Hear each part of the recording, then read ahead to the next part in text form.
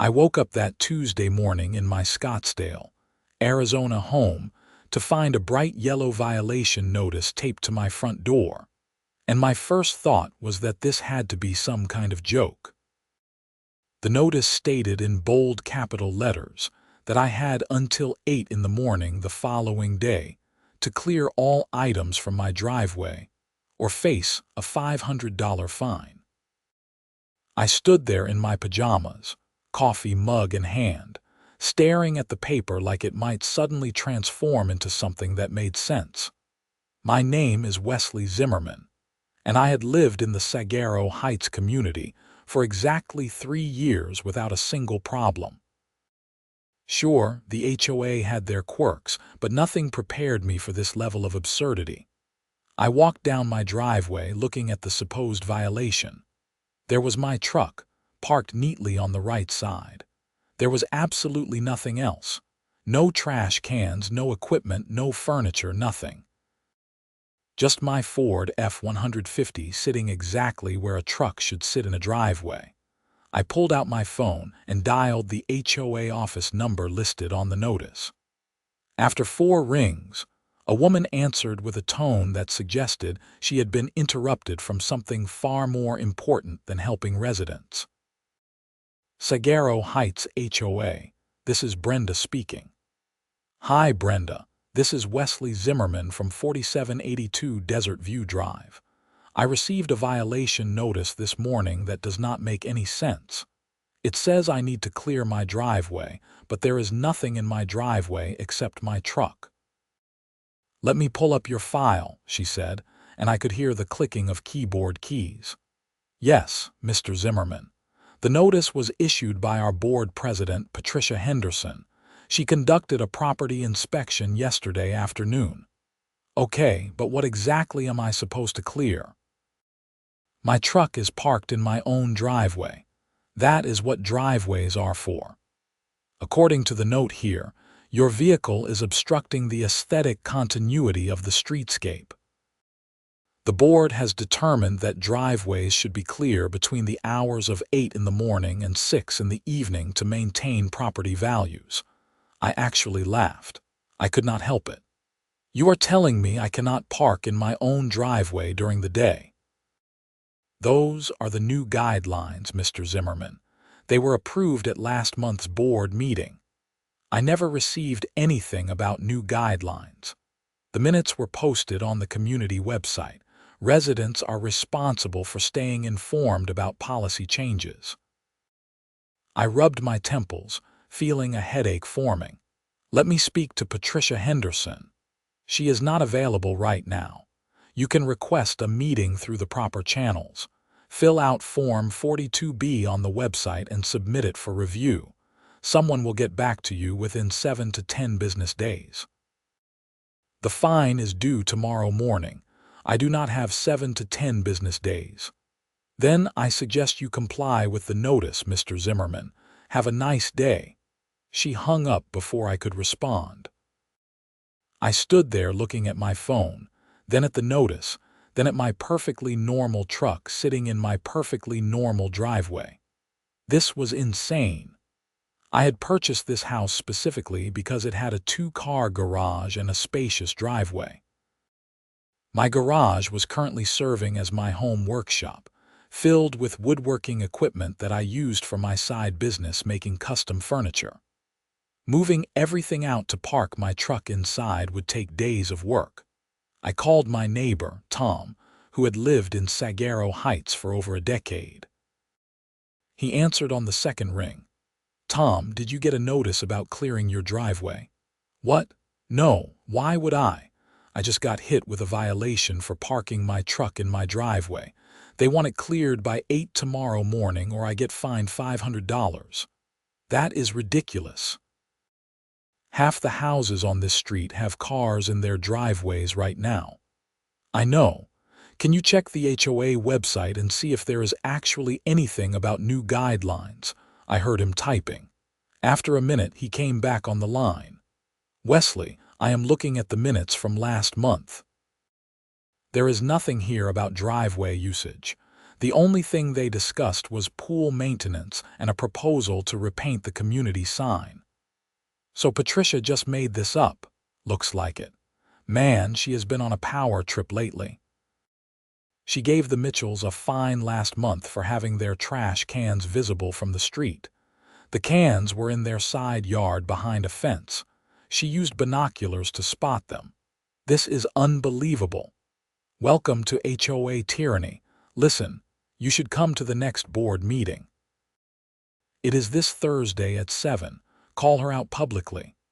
Thursday is after the deadline for this fine. Right. Well, you could always just move your truck to the street. It is the principal, Tom. I pay HOA fees for maintenance and security, not to be harassed about parking on my own property. After hanging up with Tom, I spent the next hour researching Arizona HOA laws. What I found was interesting. While HOAs had broad authority to enforce rules, those rules had to be clearly communicated to homeowners, and they had to be applied uniformly. Selective enforcement was actually grounds for challenging fines.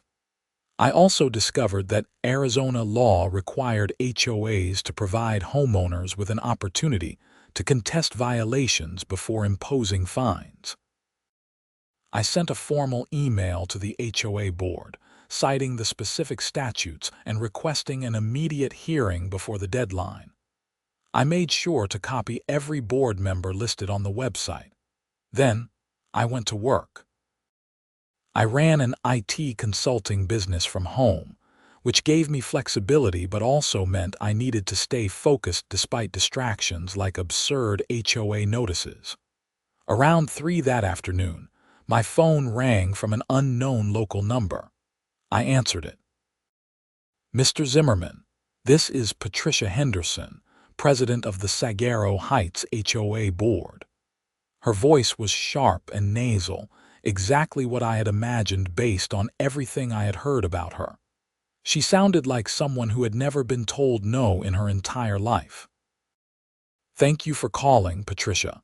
I assume you received my email. I did, and I have to say, I find your tone quite hostile. We are all neighbors here trying to maintain a beautiful community. My tone is frustrated. I received a violation notice for parking my truck in my driveway, which is not a violation of any rule in our HOA covenant.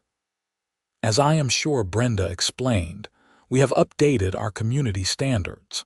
The board has the authority to implement new guidelines as we see fit to protect property values. But you cannot implement new restrictions without properly notifying homeowners and following the amendment procedures outlined in the HOA bylaws. I have read them thoroughly this morning. She paused, and I could practically hear her jaw tightening. Mr. Zimmerman, I have been on this board for 8 years. I know our bylaws quite well. Then you know that major rule changes require a vote of the membership, not just a board decision. And even minor policy changes require 30 days' notice to all homeowners. Your driveway is an eyesore. I have received complaints from multiple neighbors. Which neighbors? That information is confidential. Convenient. So I am just supposed to take your word for it. Mr. Zimmerman, I am trying to be reasonable here. If you simply comply with the notice, we can avoid any unpleasantness. Move your truck and we will consider the matter closed. No. The word hung in the air between us. I could hear her breathing change. Excuse me. No, I will not move my truck. You issued an invalid notice based on a rule that does not exist. I am not paying a fine, and I am not changing my behavior. Then you will face the consequences. The fine will be assessed tomorrow morning at 8 sharp if your driveway is not clear. The notice says I need to clear my driveway by 8 in the morning. It does not say I need to keep it clear at 8 in the morning. What are you talking about?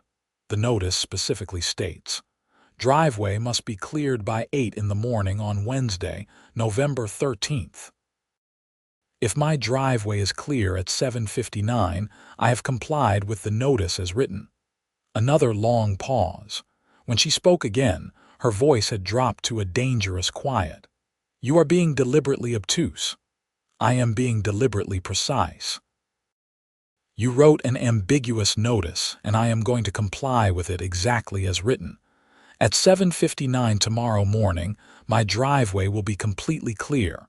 At 8:01, my truck will be right back where it belongs. That is not the spirit of the rule. There is no rule, Patricia. But I will follow your notice to the letter anyway, just to be neighborly. She hung up without another word. I sat back in my chair, knowing I had just escalated things but not caring. This was exactly the kind of petty bureaucratic overreach that made HOAs infamous. If I let it slide, Patricia would just keep pushing. Someone needed to push back. That evening, I prepared for my malicious compliance. I set 3 alarms for 7:45 in the morning. I also set up my phone on a tripod in my front window, positioned to record the driveway with a clear timestamp. If Patricia wanted to play games, I would have documentation. I barely slept that night, partly from adrenaline and partly from anticipation. When my alarms went off at 7:45, I was already awake. I got dressed, grabbed my keys, and walked outside into the cool November Arizona morning.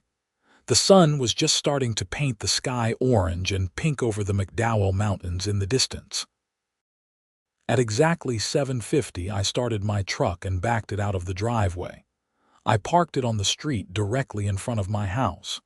Then I stood in my now empty driveway and waited, checking my watch every few seconds. 7:55, 7:56, 7:57, 7:58. At 7:59 and 30 seconds, I saw Patricia's white Lexus turn onto my street. She drove slowly, her head swiveling to look at my empty driveway. I waved at her cheerfully. 7:59 and 50 seconds. I glanced at my watch one more time, then at Patricia's car now stopped in the middle of the street. She had her phone out, presumably taking photos of my cleared driveway. 8 o'clock arrived. I walked to my truck, started it up, and pulled it right back into the driveway, parking in exactly the same spot it had been for the past 3 years. Through my windshield, I could see Patricia's face turning an impressive shade of red. She threw her car into park and got out, marching across my lawn toward me. "What do you think you are doing?" she shouted. I got out of my truck and smiled at her. Patricia was exactly what I expected. 50-something, blonde highlights that were definitely not natural, wearing a velour tracksuit despite the fact that she clearly had never exercised in her life. She had that particular look of someone who had spent years complaining to managers and winning. "Good morning, Patricia. I am parking in my driveway. You just moved your truck out and back in." "Correct. The notice said my driveway needed to be clear by 8 in the morning. At 7:59, my driveway was completely clear. I complied with the notice exactly as written." "You know that is not what it meant. Then perhaps you should write clearer notices. Although, again, there is no actual rule about this, so any notice would be invalid anyway. I am adding another $500 fine for deliberate non-compliance with the spirit of community guidelines." "Please do. I will contest both fines and file a formal complaint with the board about harassment. I will also be bringing this up at Thursday's board meeting, along with documentation of your selective enforcement. I have already done a drive through the neighborhood this morning. There are 23 other houses with vehicles in their driveways right now. Care to explain why I am the only one getting fined?" Patricia's mouth opened and closed like a fish.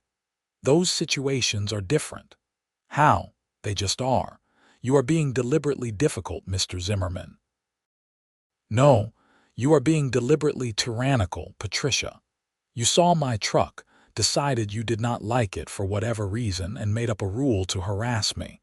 That is not leadership. That is abuse of authority. I am trying to maintain property values in this community by fining random homeowners for normal behavior. That is more likely to damage property values than help them. Who wants to buy into a neighborhood where the HOA president makes up arbitrary rules? She pointed her finger at me, her hand shaking slightly. You have made an enemy today, Mr. Zimmerman. I promise you that. Is that a threat? It is a fact. I will be watching your property very carefully from now on. Every tiny violation, every little infraction, you will be hearing from me. And I will be documenting every single interaction as evidence of harassment. Please, continue. She turned and stomped back to her Lexus, nearly tripping over my sprinkler head in the process. She drove away fast enough that her tires squealed slightly on the pavement. I stood there watching her go, then looked around at my quiet street. A few neighbors were peeking out their windows. Tom gave me a thumbs up from his front door. I went back inside and reviewed the video footage from my phone. Crystal clear, perfect timestamp, showing my truck leaving at 7:50 and returning at 8:01. I saved multiple copies to different cloud services. Something told me I would need this evidence. Wednesday passed without incident. Thursday arrived, and with it came the board meeting. I prepared thoroughly, printing out copies of the HOA bylaws, Arizona HOA statutes, photos of other driveways in the neighborhood, and my video footage. I wore a suit, wanting to look professional and serious. The meeting was held in the community center, a small building near the neighborhood pool. When I arrived at 6:45, only a handful of other homeowners were there, scattered among the rows of folding chairs. The board sat at a table in the front, Patricia in the center, flanked by 4 other members whose names I had learned from the website.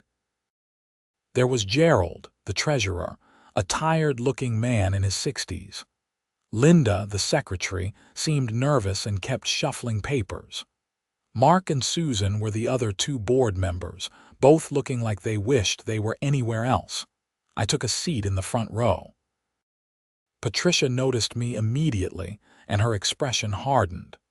The meeting started with standard business: approval of last month's minutes, a financial report, discussion of landscaping bids.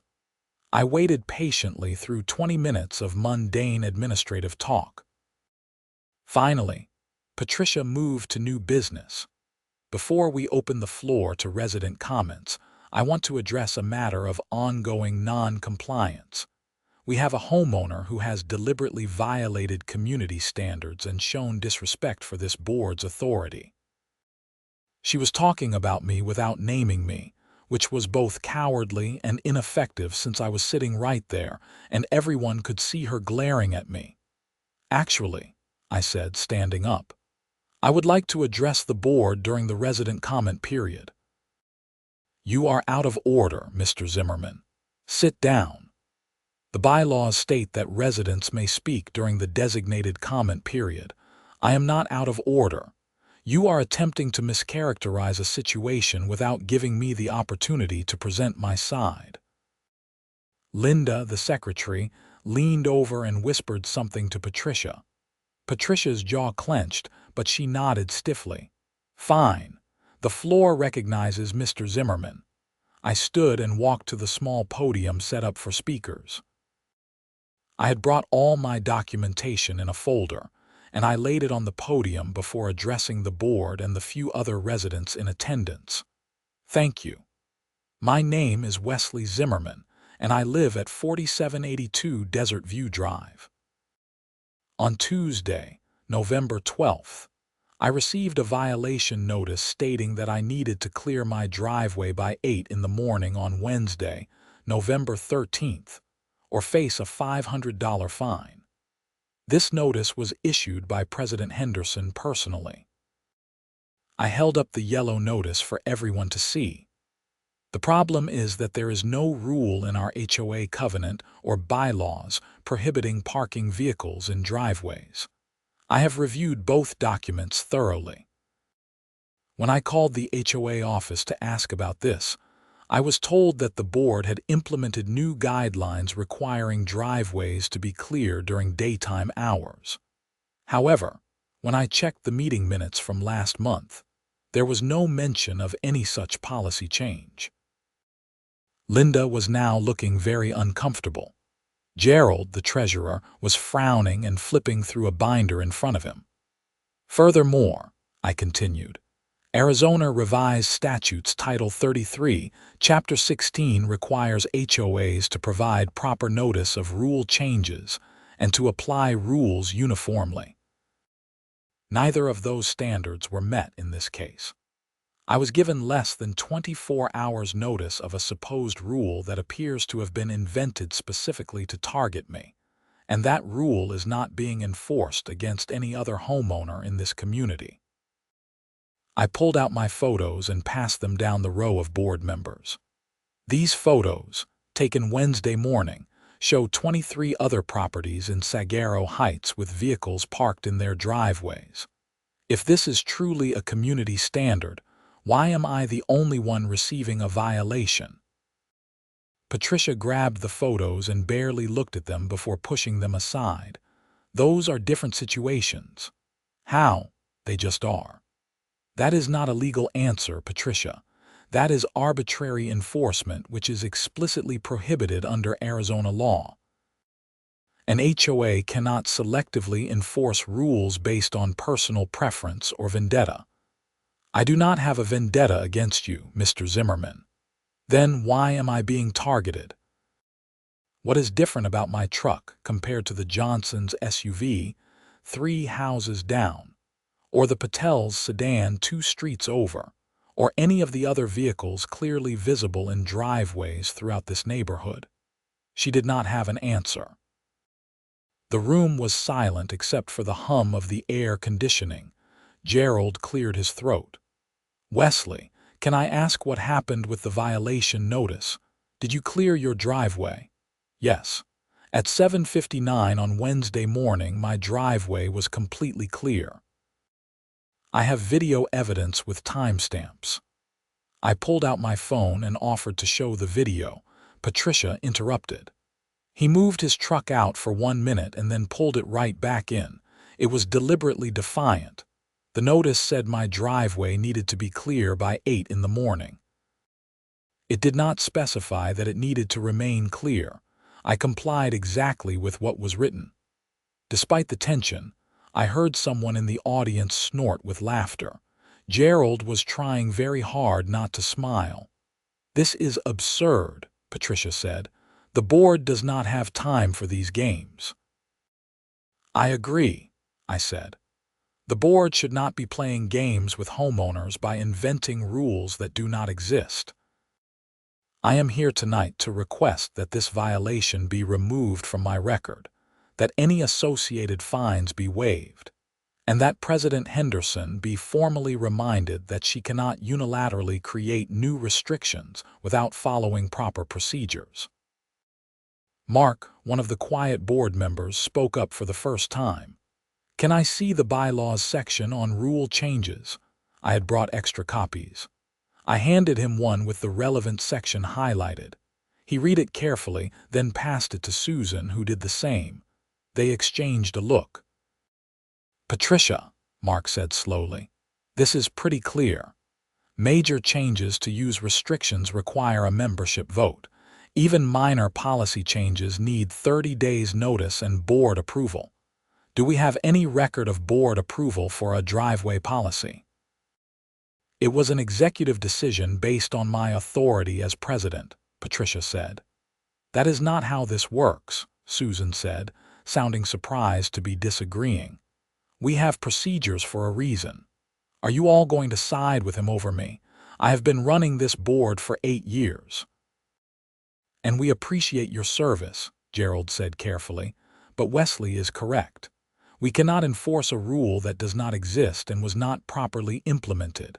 The violation should be withdrawn. Patricia stood up so fast her chair scraped loudly on the floor. "Fine. The violation is withdrawn. Are you happy now, Mr. Zimmerman?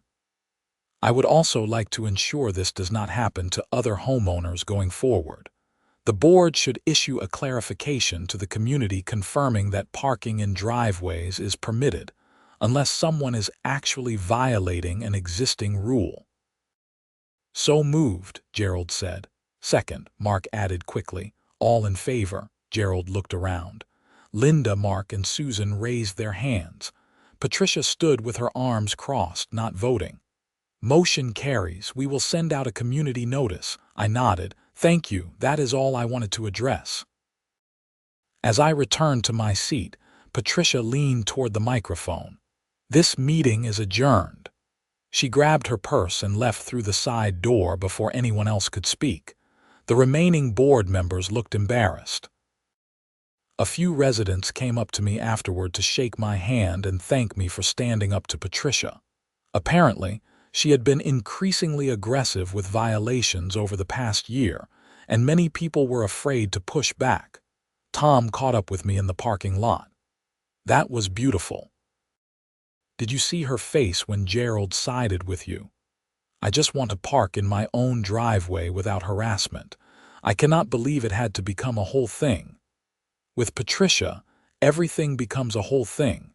She seriously tried to fine me once for having a wreath on my door in July. Said it was a Christmas decoration and therefore out of season. It was a wreath, in July, not even Christmas themed. Nope, just a regular decorative wreath. She said all wreaths are holiday decorations and can only be displayed between Thanksgiving and New Year's. I shook my head. How did she even get elected? She ran unopposed for years. Nobody else wanted the job, but I think she has finally pushed too far. "You should run next election." "Absolutely not. I just want to be left alone." I drove home thinking the matter was finally settled. I should have known better. Friday morning, I woke up to another notice on my door. This one cited me for having grass that exceeded the maximum height of 3 inches. I walked around my lawn, which had been professionally mowed by the landscaping service I paid every week. The grass was perfect. I took photos from multiple angles showing grass that was clearly well within acceptable height. Saturday brought a notice about my house numbers being the wrong font. The numbers were the same ones that had been there when I bought the house 3 years ago. Sunday, I got cited for having a garden hose visible from the street, despite the fact that it was neatly coiled on a hose holder on the side of my house, barely visible unless you were specifically looking for it. Patricia was making good on her threat. Every single day, I received a new violation notice for increasingly absurd things. My mailbox was 2 degrees off vertical. My doormat was burgundy instead of approved earth tones. A bird feeder in my backyard was allegedly too tall. I documented everything. Photos, measurements, comparisons to neighbor properties, copies of the actual rules being cited. In most cases, I was not actually violating anything. In a few cases, the rules themselves were so vague as to be unenforceable. And in all cases, I could point to dozens of other properties with the same supposed violations that were not being cited. By the following Friday, I had received 12 violation notices in 1 week. The fines totaled over $3,000 if I did not contest them. I spent my evenings drafting responses to each one, citing chapter and verse from the HOA documents and Arizona law. I also compiled a comprehensive report documenting Patricia's harassment campaign. The next board meeting was not for 3 more weeks, which was clearly Patricia's strategy. She was trying to bury me in paperwork and stress before I had another opportunity to address the board publicly. But I had learned that Arizona law required HOAs to schedule special hearings when requested by homeowners facing significant fines. I submitted a formal request for a special hearing, citing the 12 violations and over $3,000 in proposed fines. The bylaws required the board to schedule such a hearing within 14 days. I sent my request via certified mail to create a paper trail. Patricia called me 2 days later. "Mr. Zimmerman, I received your request for a special hearing." "Yes, I am entitled to one under Arizona law and our bylaws. These hearings are expensive. They require us to rent the community center and pay for a court reporter. All of that comes out of HOA funds. Then perhaps you should stop issuing frivolous violations. Every one of these citations is either factually incorrect or selectively enforced. I have documentation proving both. You are costing this community money with your obstinance." "No, Patricia. You are costing this community money with your personal vendetta. Schedule the hearing." She hung up without responding. 4 days later, I received a notice that the hearing was scheduled for November 29th at 7 in the evening. That gave me a week and a half to prepare. I decided to do something I had resisted up until that point. I hired a lawyer. I contacted Sarah Brennan, an attorney in Phoenix who specialized in HOA disputes. Her consultation fee was $200, but I figured it was worth it to make sure I was handling everything correctly. Sarah was in her 40s, with short dark hair and a no-nonsense attitude that I immediately appreciated. I laid out the entire situation for her in her downtown Phoenix office. "So she has issued 12 violations in 8 days, all after you successfully challenged her made-up driveway rule at a board meeting," Sarah summarized. "Correct.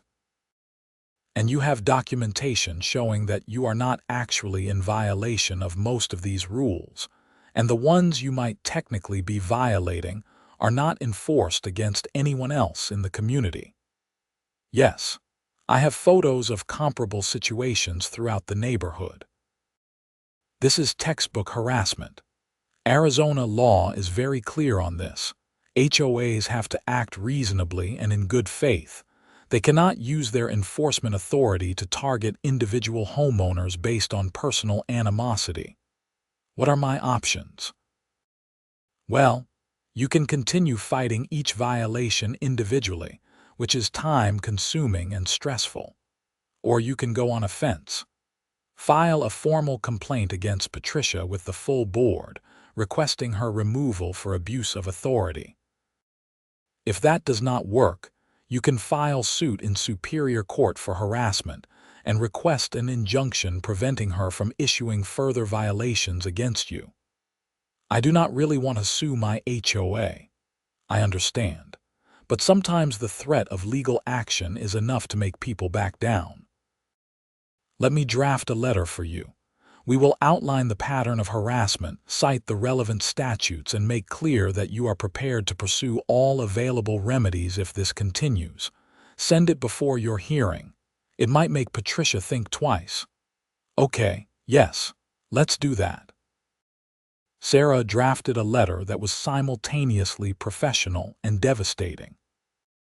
It laid out every violation, explained why each one was improper, documented the pattern of selective enforcement, and concluded with a clear warning that continued harassment would result in legal action, including claims for emotional distress, violation of Arizona HOA statutes, and abuse of authority.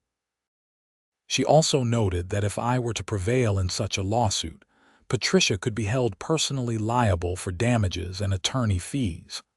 I sent the letter via certified mail to Patricia, with copies to every other board member. I also sent a copy to the HOA's management company.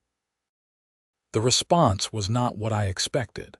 Instead of backing down, Patricia doubled down. I received 3 more violation notices the day after she received the letter. One claimed that my porch light was too bright and created light pollution. Another said my truck was parked too close to the street in my driveway, despite the fact that it was a good 15 feet from the sidewalk. The third accused me of having a commercial vehicle on residential property because my truck had my business name in small vinyl letters on the tailgate. The commercial vehicle claim was particularly absurd. I ran an IT consulting business, which I operated entirely from my home computer. The truck had a 6-inch decal that said Zimmerman IT Solutions with a phone number. It was not a work truck. It was my personal vehicle that I occasionally used for business purposes, which is completely legal and extremely common. But I could see what Patricia was trying to do. Commercial vehicles were explicitly prohibited in the HOA covenant. If she could make that violation stick, it would be a much more serious issue than the trivial infractions she had been citing. I called Sarah immediately. She is escalating. Now she is trying to claim my truck is a commercial vehicle. Send me photos of the truck and the business decal. I did. Sarah called me back 20 minutes later. Wesley, this is ridiculous. That is clearly a personal vehicle with minimal business identification. Arizona law actually protects homeowners' rights to use personal vehicles for business purposes, specifically because so many people work from home or run small businesses. Can she enforce this? She can try, but she will lose if you fight it. However, I think it is time we filed that formal complaint against her. This has gone beyond simple overzealousness into genuine harassment. She received a letter from an attorney explaining why her conduct was improper, and her response was to intensify her behavior. That shows bad faith. What does filing a complaint involve? You will draft a detailed statement outlining everything that has happened, attach all your supporting documentation, and submit it to the full board requesting that they investigate Patricia's conduct and take appropriate action. The board is required to take such complaints seriously. And if they do not, then we go to court. But let us try the internal process first. I spent the entire weekend preparing my complaint.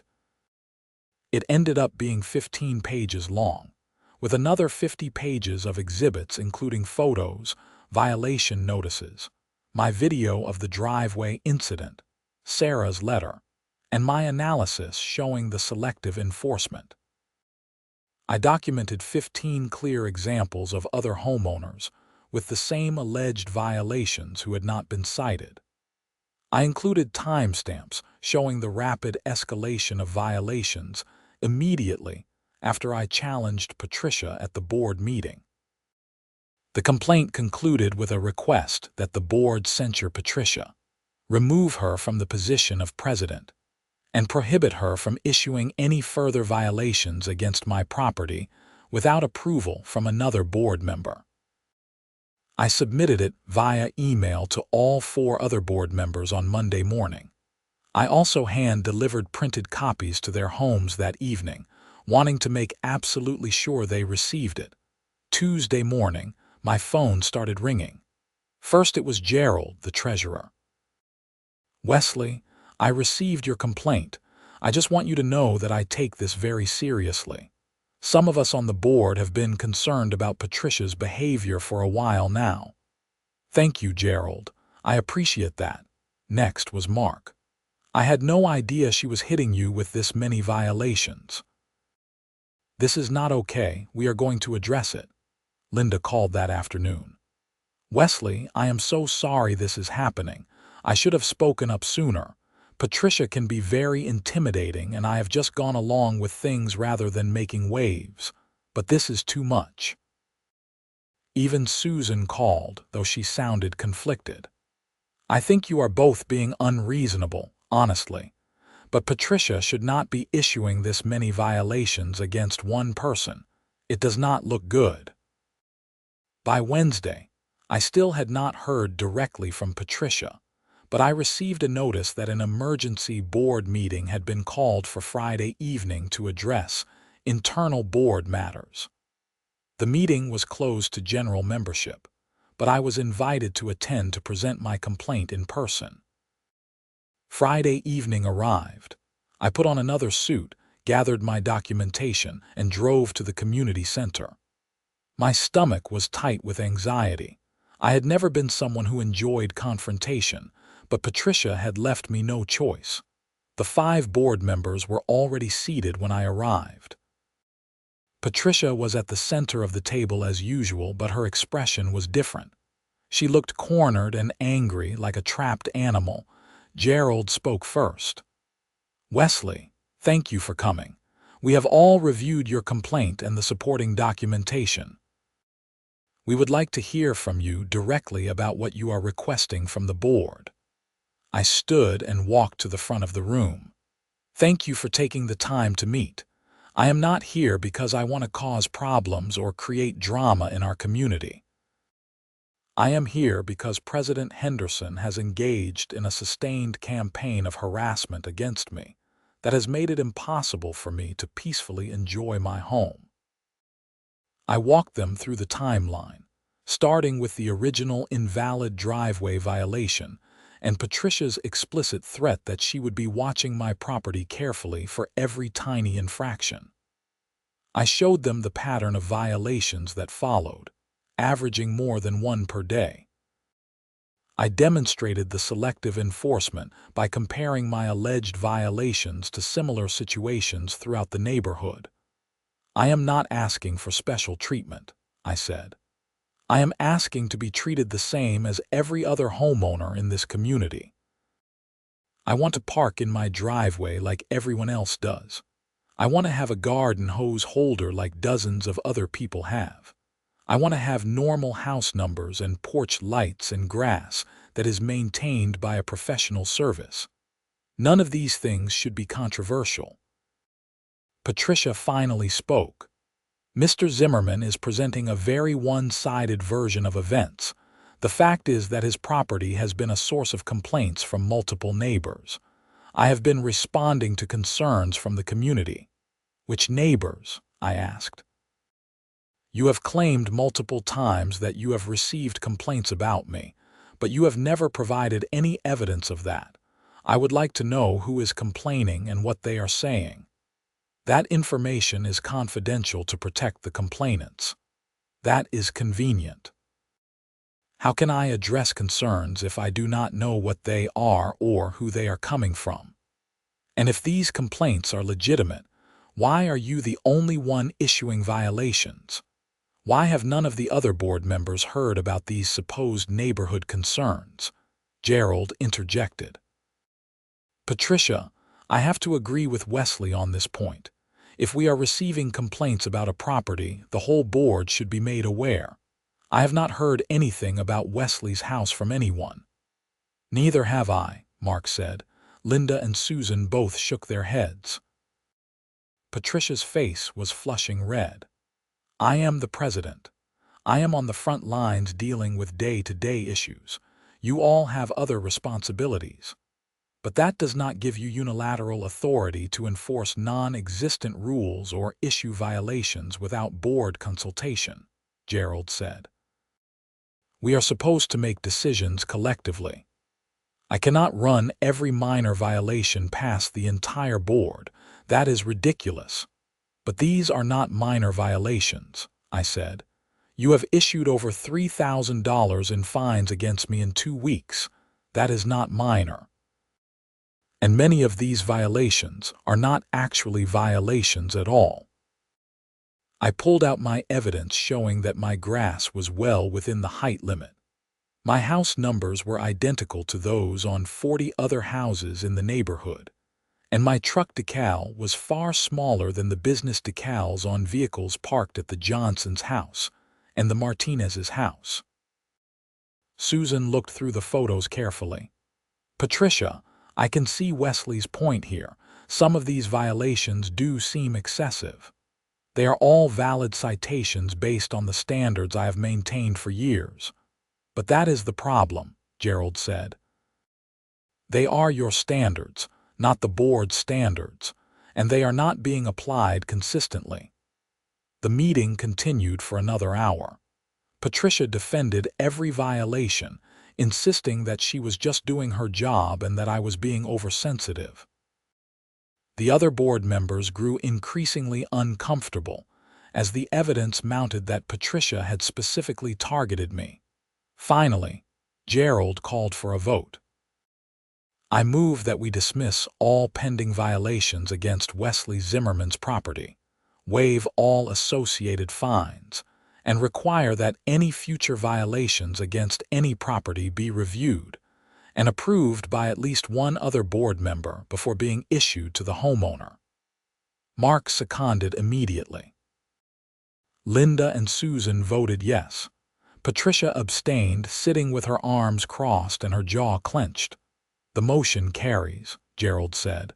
"Wesley, all violations against your property are dismissed. You owe nothing." "Thank you. I appreciate the board taking this seriously." "As for the question of Patricia's conduct," Gerald continued, looking uncomfortable, "I think we need to have a separate discussion about board governance and procedures." Patricia stood up. "If you are going to censure me after 8 years of service, then you can find a new president. I resign." She grabbed her purse and walked out, her heels clicking sharply on the tile floor. The remaining board members sat in stunned silence. "Well," Mark finally said, "I guess we need to elect a new president." I left the meeting feeling relieved but also oddly unsettled. I had won, but it felt messy and incomplete. Patricia had not been held truly accountable. She had just walked away over the weekend. I received calls from several neighbors asking what had happened. Apparently, Patricia was telling people that I had orchestrated a coup to force her out, that I was a troublemaker who hated authority, and that the neighborhood would fall apart without her leadership. Tom came over Saturday afternoon with beers. "Dude, Patricia is going around telling everyone you are some kind of anarchist who wants to destroy the HOA. That is not even remotely true. I just wanted to park in my driveway." "I know, but she has got a few people riled up. The Hendersons have been in this neighborhood forever, and Patricia has friends.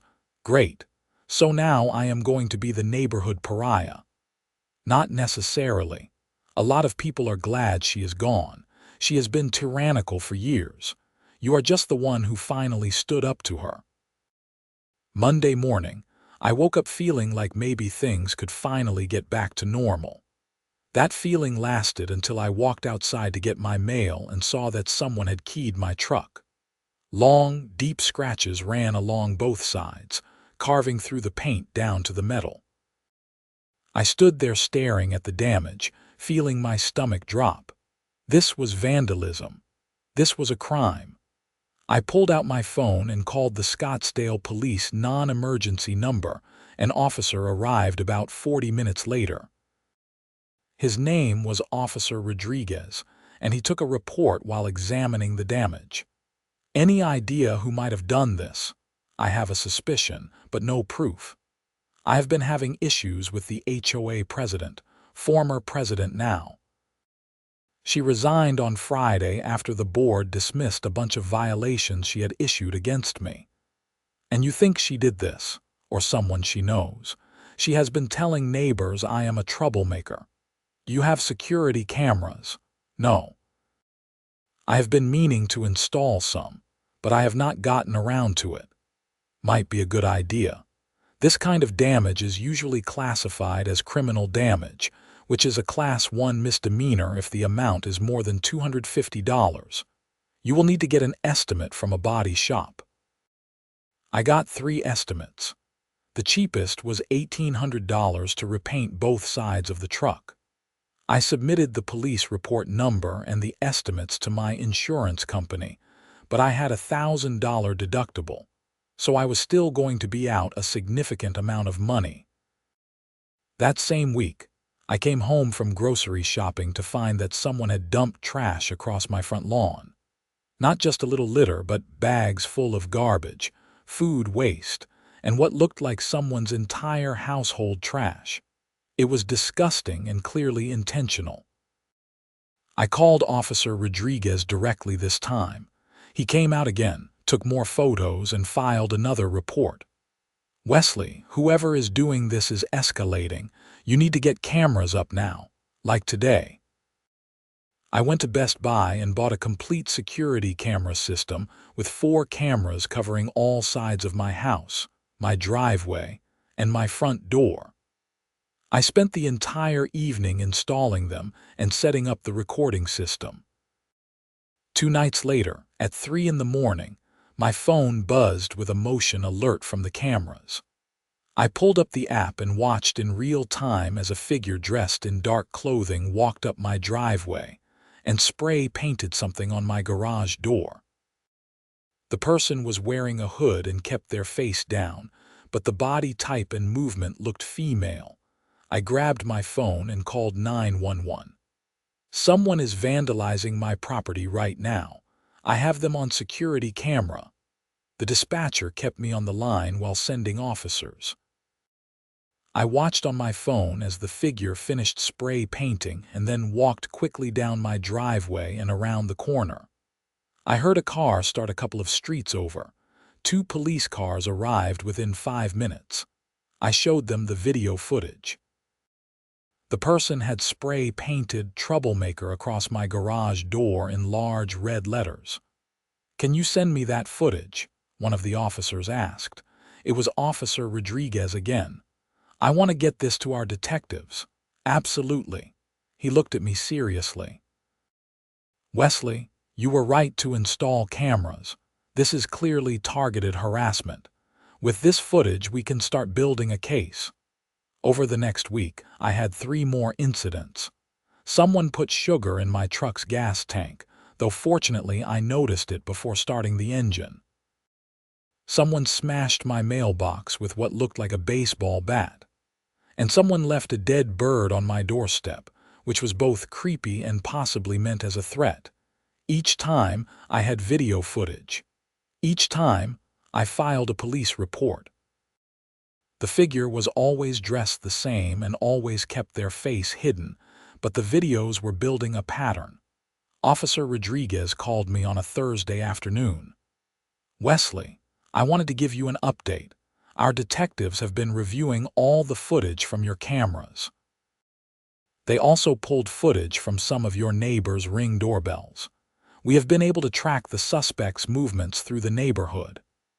And the person appears to be coming from the direction of Patricia Henderson's house and returning that way. On 2 occasions, we have footage of someone matching the build and clothing getting into a white Lexus parked 3 streets over. Patricia drives a white Lexus. We know. We have also been monitoring social media. Patricia has been posting in a private Facebook group for HOA board members across Arizona. She has been complaining about you by name, calling you a problem resident, and asking for advice on how to handle troublemakers. Some of her posts could be interpreted as soliciting ideas for retaliation. Can you arrest her? We need a bit more evidence to conclusively identify her as the vandal. The person on camera has been careful, but here is what we are going to do. We are setting up additional surveillance on your property. Plainclothes officers will be monitoring overnight for the next few nights. If this person comes back, we will catch them in the act. Seriously, seriously. You have been targeted multiple times with escalating vandalism. This has gone beyond simple property crime. We are treating this as stalking and criminal harassment now. That night, knowing that police were watching my house, I slept better than I had in weeks. Nothing happened that night or the next night. But on Saturday at 2 in the morning, my phone exploded with alerts. I pulled up the camera app and saw a figure approaching my house from the side yard, carrying what looked like a can. I was reaching for my phone to call 911 when I saw 2 people emerge from the shadows and grab the figure. "Police, do not move." The figure struggled briefly, then went still. One of the officers pulled back the hood. Even on my phone screen, I could see it clearly. Patricia Henderson. I got dressed and went outside. There were 3 police cars now, lights flashing. Patricia was in handcuffs, sitting in the back of one of the cruisers, yelling something I could not quite make out. Officer Rodriguez met me at the edge of my driveway. We got her. She was carrying a can of spray paint and what appears to be a bag of feces. Animal, we think. Looks like she was planning to spread it on your front door. Oh my God. She is being arrested for criminal damage, stalking, and harassment. With all the previous incidents documented, the prosecutor is going to take this very seriously. She is looking at potential felony charges if the total damage exceeds $2,000, which it definitely does. I watched as they drove Patricia away. A few neighbors had come out to see what was happening. I saw Tom standing on his lawn in his bathrobe, shaking his head in disbelief. The next few days were a blur of statements and meetings with detectives. They confirmed that all the vandalism incidents were committed by Patricia. She had been so consumed with anger over being challenged and then forced to resign that she had convinced herself, I deserved to be punished. Her attorney tried to argue that she was under extreme stress and not thinking clearly, but the prosecutor was not sympathetic. The evidence showed premeditation and a sustained campaign of criminal behavior. Patricia was charged with multiple counts of criminal damage, stalking, harassment, and trespassing. The case moved through the court system over the next several months. I had to testify at a preliminary hearing, walking through the entire timeline from the original driveway violation to the night Patricia was arrested. It was emotionally exhausting to relive all of it. Patricia's attorney tried to paint me as someone who had provoked her by being difficult and refusing to follow community standards. But the video evidence was damning. The jury could see Patricia, a grown woman in her 50s, sneaking around in the middle of the night to vandalize a neighbor's property because he had dared to challenge her authority. In March, Patricia was convicted on all counts. The judge sentenced her to 3 years of probation, 500 hours of community service, restitution for all damages to my property, including my truck repair and my garage door, and a permanent restraining order prohibiting her from coming within 500 feet of me or my home. The judge's statement at sentencing was something I will never forget. Miss Henderson, you held a position of trust in your community. You were supposed to be a leader who fostered cooperation and maintained standards fairly. Instead, you abused your authority to target a homeowner who had the audacity to question your decisions. When you lost that authority, you turned to criminal behavior to exact revenge. Your actions were not those of someone under momentary stress. They were calculated, repeated, and escalated over time. This court takes crimes motivated by personal vindictiveness very seriously. After the sentencing, I finally felt like I could breathe again. Patricia was not going to be a threat anymore. The HOA, under Gerald's leadership as the new president, had sent out a formal apology to me and implemented new policies requiring board oversight for all violations and a transparent appeals process for homeowners. Several people encouraged me to sue the HOA for damages, but I decided against it. The individual board members, other than Patricia, had ultimately done the right thing. They had dismissed the violations, accepted her resignation, and cooperated with the police investigation. Going after them seemed vindictive. Instead, I focused on getting back to normal. I got my truck repaired. I repainted my garage door. I kept the security cameras because they gave me peace of mind, but I did not need them for protection anymore. Tom and I became closer friends through the whole ordeal. He introduced me to other neighbors who had their own Patricia stories. Times she had overstepped or been unreasonable, but they had been too afraid to push back. We laughed about the absurdity of the whole situation, how a simple dispute about parking in a driveway had spiraled into criminal charges and a court case. The story spread through HOA circles in Arizona. I got calls from reporters wanting to interview me about HOA overreach. I declined most of them, not wanting to be the poster child for HOA reform. But I did agree to speak at one local meeting about homeowner rights, sharing my experience as a cautionary tale about what can happen when HOA board members forget that they are supposed to serve the community, not rule over it. Life in Saguaro Heights returned to normal. Gerald proved to be a reasonable and fair president. The board meetings became boring again, focused on landscaping contracts and pool maintenance rather than power struggles and personal vendettas. New families moved in, unaware of the drama that had consumed the neighborhood months earlier.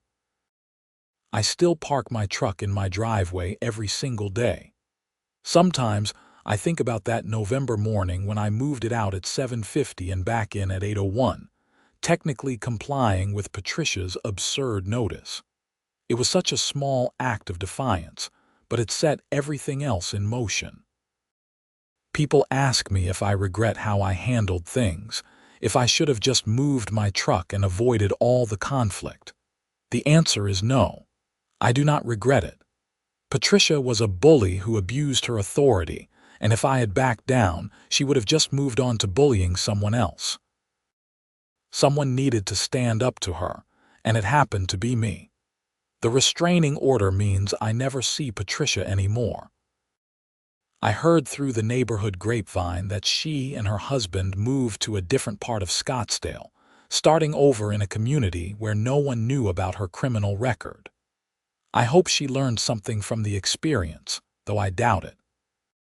People like Patricia rarely think they are the problem. As for me, I learned that sometimes you have to fight for your rights, even when it is uncomfortable and stressful. I learned that documentation is your best friend when dealing with bureaucracy. I learned that most people are reasonable if you give them the chance to be. And I learned that community is built on fairness and mutual respect, not on one person's vision of perfection enforced through fear. My house is still the same as it was when all this started. My truck is still parked in my driveway. My grass is maintained. My mailbox is upright. My house numbers are the same font they have always been. Nothing changed except that I am no longer willing to be pushed around by petty tyrants hiding behind official titles.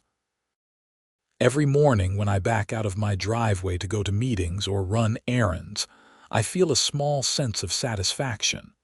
This is my home, my property, my driveway, and I will park my truck wherever I damn well please as long as I am not actually violating any real rules. The HOA still exists, still collects fees, still maintains common areas and enforces legitimate standards. That is fine. That is what HOAs are supposed to do. But they do it now with the understanding that homeowners have rights, that rules must be clear and fairly enforced, and that authority comes with responsibility. Last month, I ran into Gerald at the community pool. He was there with his grandkids, and I was taking a break from work on a hot afternoon. We chatted about normal things, about his grandchildren and my business, and the upcoming vote on resurfacing the tennis courts. "You know," he said as we were leaving, "what happened with Patricia was probably the best thing that could have happened to this HOA. It was a wake-up call. We needed to remember that we work for the homeowners, not the other way around." I appreciated that. It felt like a fitting end to the whole saga, this acknowledgement that something good had come from all the conflict and stress. Now, a year later, I look back on that Tuesday morning when I found the yellow violation notice on my door, and I almost laugh at how ridiculous it all was.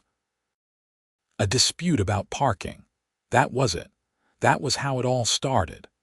One woman's need for control and one man's refusal to be controlled, colliding in a suburban Arizona neighborhood over something as mundane as where to park a truck. But it was never really about the truck. It was about power and respect and the kind of community we want to live in. Do we want communities where people live in fear of arbitrary enforcement and personal vendettas? Or do we want communities where rules are clear, enforcement is fair, and neighbors treat each other with basic decency? I know which one I prefer, and I know that I did my small part to push Saguaro Heights in the right direction. My driveway is clear right now as I type this, but only because my truck is in the garage while I work on replacing the brake pads. In an hour, it will be right back in the driveway where it belongs. And if anyone has a problem with that, they can take it up with the HOA board. I am sure Gerald will tell them exactly what I told Patricia that morning when she tried to fine me for parking on my own property. This is my home, and I will not be bullied in my own home. The sun is setting over the desert now, painting the sky in shades of orange and pink and purple. Another beautiful Arizona evening in a quiet neighborhood where people park their cars in their driveways and go about their lives without fear of yellow violation notices appearing on their doors overnight. It is exactly as it should be. Normal, peaceful, fair. And my truck is parked in my driveway, right where it belongs, exactly where I want it, at any time of day I choose. Because that is my right as a homeowner, and I will never apologize for exercising it.